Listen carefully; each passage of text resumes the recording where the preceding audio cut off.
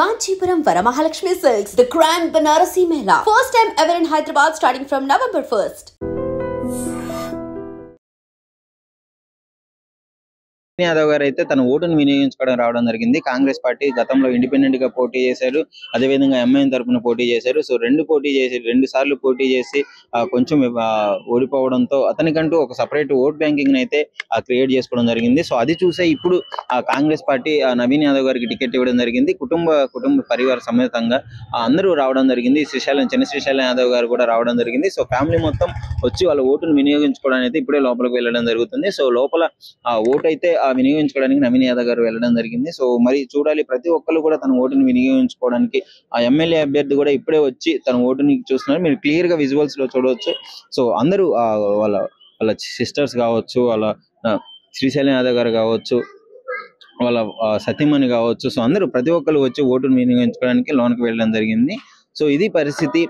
Polling బూతుల దగ్గర అయితే కట్టుదిట్టమైన పర్యవేక్షణలోనే ఉన్నారు పోలీసు వాళ్ళు. అదే వెబ్ క్యామ్స్, సీసీ కెమెరా ఫుటేజ్లు, ఇవన్నీ సీసీ కెమెరా పర్యవేక్షణలు అయితే పర్యవేక్షించడం జరుగుతుంది. సో ప్రతి ఒక్కరు వచ్చి తన ఓటును వినియోగించుకోవాల్సిందిగా కోరుతున్నారు. గతంలో కూడా 50% కంటే తక్కువగా ఓటింగ్ నమోదు అవ్వడము, ప్రతి ఒక్కరు వచ్చి ఓటు వేయాలి అని చెప్పేసి ఎలక్షన్ కమిషన్ కూడా అవేర్నెస్ క్రియేట్ చేయడం జరుగుతుంది. సో గతంలో చాలా తక్కువగా ఓటింగ్ నమోదు అవ్వడము, ఇప్పటి వరకు 12-13% ఓటింగ్ నమోదు అయింది. ఇంకా మధ్యాహ్నం టైంలో మేబీ ఏమైనా పెరిగే ఛాన్సెస్ ఉన్నాయని చెప్తున్నారు. సో గతంలో ఇప్పటికి 6 గంటల లోపు అయితే దాదాపు ఒక 50% అబోవ్ ఓటింగ్ నమోదు అయితే బాగుంటుంది అని చెప్పేసి అందరి అభిప్రాయం. సో మీరు కూడా ప్రతి ఒక్కరు మీ ఓటును వినియోగించుకోండి. అది చాలా ఇంపార్టెంట్ రైట్. అది మన ఓటుని మన ప్రతినిధిని ఎన్నుకోవడము, మన కాన్స్టిట్యున్సీని డెవలప్ చేసుకోవడము, అది ప్రతి ఒక్కరికి ఉండాల్సిన ఒక మంచి, అంటే తన ఓటుని అయితే ముసలి వాళ్ళు కూడా వచ్చి ఓటు ఉపయోగించుకోవడం జరుగుతుంది. మార్నింగ్ 1-2 అవర్స్ లోనే చాలా మంది యూత్ రావడము, మహిళలు రావడం జరుగుతుంది. సో అలాగే ప్రతి ఒక్కరు వచ్చి ఓటు ఉపయోగించుకొని ఓటింగ్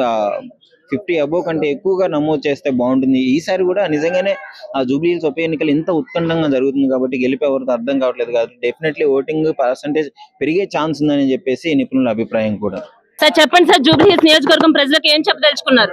జూబ్లీ హిల్స్ ప్రజలకు ఒకటే, జూబ్లీ హిల్స్ కు మంచి రోజులు వచ్చినాయి. జూబ్లీ హిల్స్ ప్రజలందరికీ పేరు పేరున నమస్కారం. అలాగే ఇక్కడ ఉన్నటువంటి ఫెసిలిటీస్ అన్నిటికీ మీరు అన్ని సాటిస్ఫాక్షన్. ఇక్కడ అభివృద్ధి కోసం మీరు చూస్తారు కదా, అభివృద్ధి నెక్స్ట్ తక్కువ ఏం లేదు, వస్తూనే ఉన్నారు. ఎక్కడైనా పెరుగుతుందా? 100% ఓటింగ్ అవుతుందా? 100% వాళ్ళే ప్రజలు పొద్దుగా పబ్లిక్ పొద్దున్నే వచ్చి లైన్ నిలబడ్డారు. మీరు అక్కడ పబ్లిక్ ప్రతి బూత్ కి వెళ్ళడం జరుగుతుంది సార్. గతంతో పోల్చుకుంటే గనక ఉదయం 7 గంటల నుంచే ఇక్కడ ఓటింగ్ శాతం పెరిగిందనే చెప్తున్నారు. దీని పట్ల మీరు ఏమంటారు? అమ్మ చాలా ఆల్సో పబ్లిక్ పొద్దుగానే వాళ్ళే 6 గంటల నుంచి లైన్ కట్టింది. మొత్తం అంతా ఓటు వినియోగించుకున్న వాళ్ళు ఉన్నారు. వాళ్ళని అడిగి తెలుసుకుందాం అసలు ఎలా జరిగింది, బూత్ దగ్గర ఇబ్బంది ఏమన్నా జరిగిందా ఏంటి అని చెప్పేసి. నమస్కారం అండి. నమస్కారం అండి, నా పేరు అనుష. ఓటింగ్ మాత్రం మేమైతే వేసామండి. చాలా బాగుంది అక్కడ, చాలా బాగుంది అక్కడ. తొక్కిట్లాట అట్లా ఏం లేదు, అందరూ మంచిగా లైన్ పంపిస్తున్నారు. అంత ఒత్తిడి కూడా ఏం లేదండి. మీకు నచ్చిన సిబ్బంది మొత్తం అంతా చాలా బాగుంది.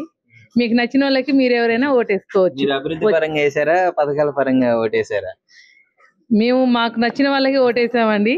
వాళ్ళే రావాలని మేము మనస్ఫూర్తిగా కోరుకుంటాము. ఆ పార్టీ ఈ పార్టీ అని ఏం లేదండి. ఎవరు వచ్చినా మాకు అందరికి చేసే వాళ్ళు కావాలి, ఎవరైనా గానీ.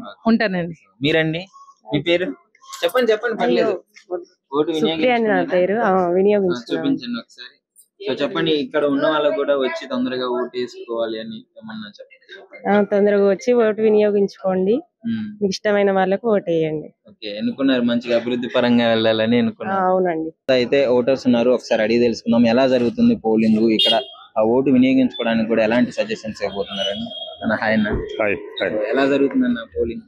పోలింగ్ బాగానే జరుగుతుంది. కొంచెం 10-20 అవుతుంది. ఓన్లీ 12% to 13% ఓటింగ్ జరిగిందని అంటున్నా. ఐ రిక్వెస్ట్ ఎవ్రీ ఓటర్ జూబ్లీస్ ఉన్న వాళ్ళు వచ్చి అత్యధిక వాళ్ళ ఓటు వినియోగించుకుంటే హాలిడే కూడా డిక్లరేషన్ కాబట్టి ఎవ్రీ టైమ్ జూబ్లీస్ లో కొంచెం ఓటింగ్ పర్సంటేజ్ ఆల్వేస్ తక్కువ ఉంటుంది, బిలో 50% ఉంటుంది.